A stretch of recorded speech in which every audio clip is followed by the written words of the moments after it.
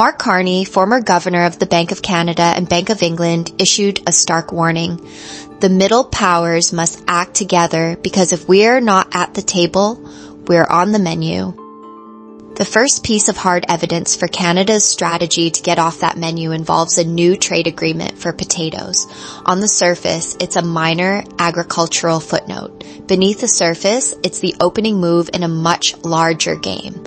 How could a simple potato possibly be the first step in a grand strategy for Canadian sovereignty? This video provides the framework to see these quiet, incremental, but decisive shifts for what they are.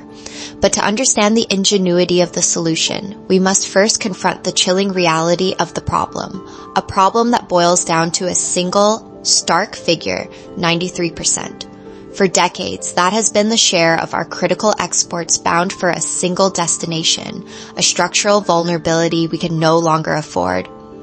That figure, 93%, isn't just a data point from a government report. It is the blueprint of a quiet, systemic vulnerability that has been compounding for years beneath the surface of our national economy. To grasp the strategic importance of the Mexico potato deal, we must first stare directly at this number and understand the trap it represents.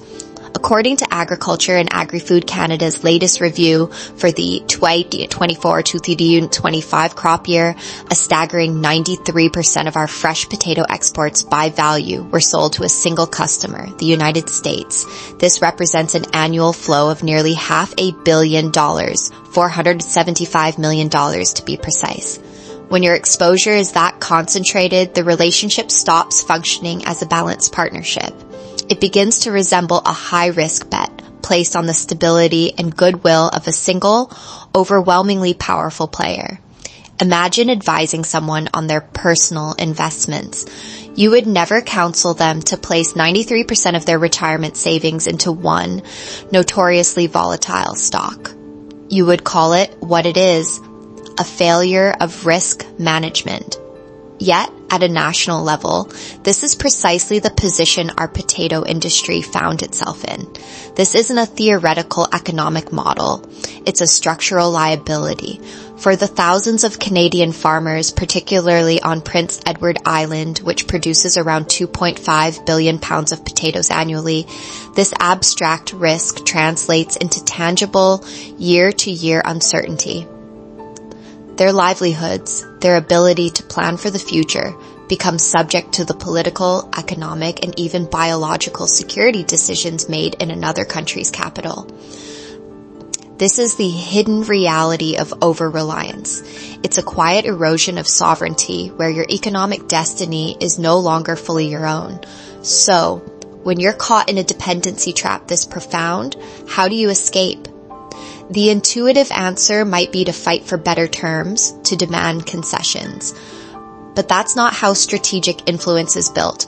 The Canadian solution wasn't a brute force confrontation. It was something far more sophisticated. An intelligent, non-confrontational pivot that began years before the first potato ever crossed the Mexican border. That pivot took formal shape on March 12, 2026. On that day, the Canadian Food Inspection Agency, the CFIA, finalized a phytosanitary agreement with its Mexican counterpart, Sinasaka. For the first time, a formal, reliable pathway for Canadian fresh potato exports to Mexico was established. Now, it's critical to understand what this move was not. It was not a declaration of a trade war. It wasn't about aggressively trying to displace American producers from a market they dominate. That would be a fool's errand. Instead, this was an act of what you might call market acupuncture, a precise, intelligent, and targeted maneuver designed to achieve a strategic outcome with minimum force. The goal wasn't to fight for the existing pie, but to bake a new one in an uncontested corner of the kitchen. The strategy was built on two quiet, powerful insights. First, geography. The plan focused specifically on southern Mexico. For American suppliers, trucking potatoes thousands of kilometers past the border region creates a significant logistical and cost disadvantage. For Canada, that same distance opens a competitive window. Suddenly, sea transport from eastern Canadian ports to southern Mexican ports isn't just viable, it's a strategically sound alternative. It bypasses the congested and competitive northern corridor entirely. Second, the product itself. Rather than trying to compete head-to-head on the same potato varieties, Canadian producers began introducing cultivars not widely available in those regional Mexican markets. This is a subtle but decisive shift. It reframes the entire value proposition. You are no longer just another supplier fighting on price. You are a partner offering something new, something that expands consumer choice and creates new demand. It's a strategy reminiscent of a savvy tech startup.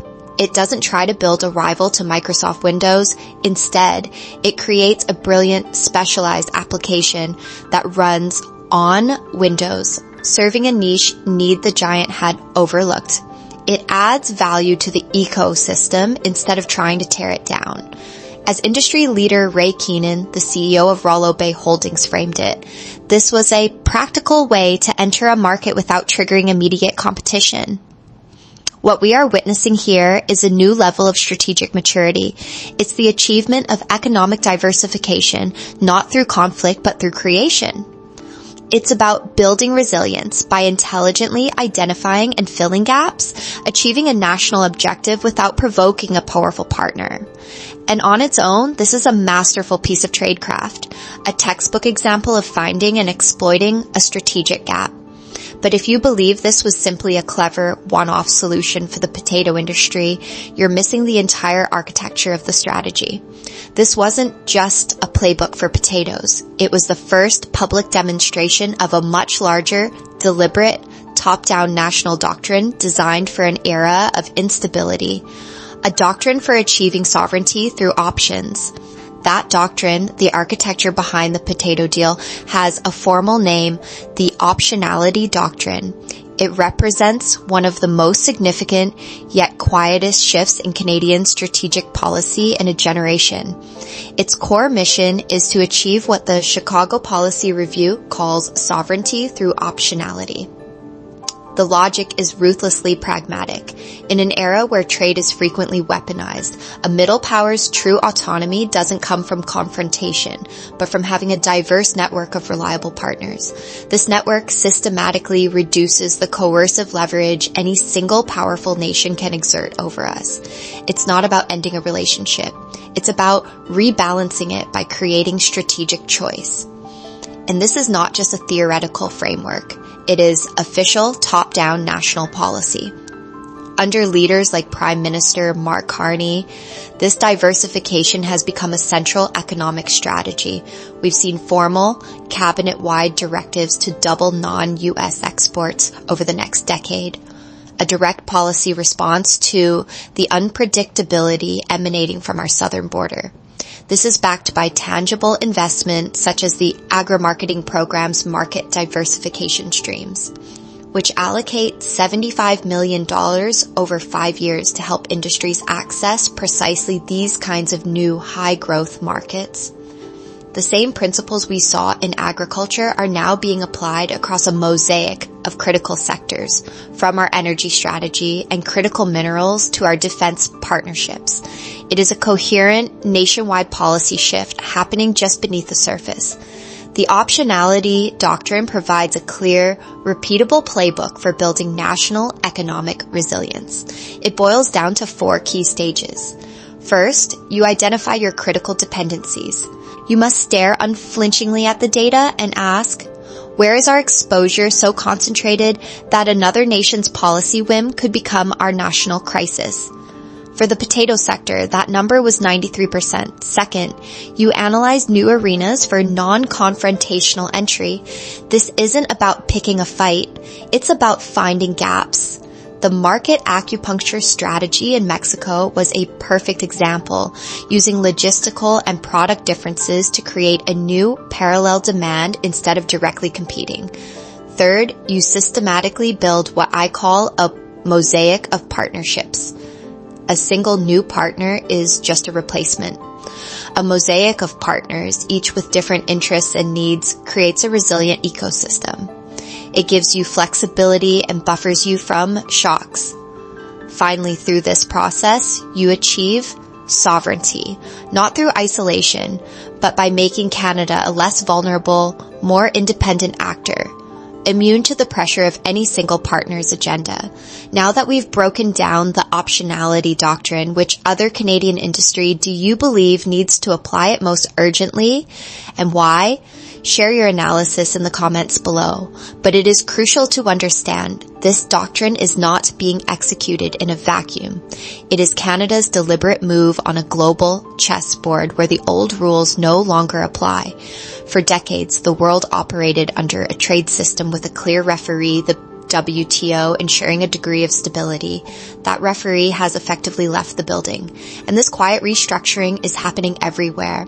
Right now, nearly 40 other countries are busy writing their own versions of this playbook, forging new alliances to secure their own futures in a fractured world. And understanding their moves is the final piece of the puzzle. And to understand those moves is to understand the final piece of this strategic puzzle. The catalyst for this entire global realignment is the quiet paralysis of the world's trade referee, the World Trade Organization. For decades, the WTO provided the enforcement engine for the global economy, a dispute settlement body that offered a degree of stability. But that engine has been seized. Roughly 6 years ago, the U.S. began blocking new appointments to this body, creating what experts call a deep rupture in the system. Imagine a professional soccer league where the head referee and their entire officiating team were simply not replaced. For years, the game wouldn't stop, but it would descend into fouls, unfair advantages, and eventually chaos. The most powerful teams could simply ignore the rules.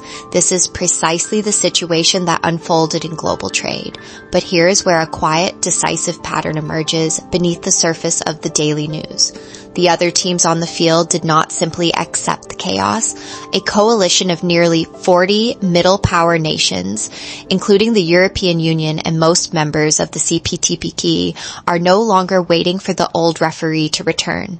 They are actively collaborating to build a new, functional, rules-based trade order for themselves. This isn't just theory, it's coordinated action.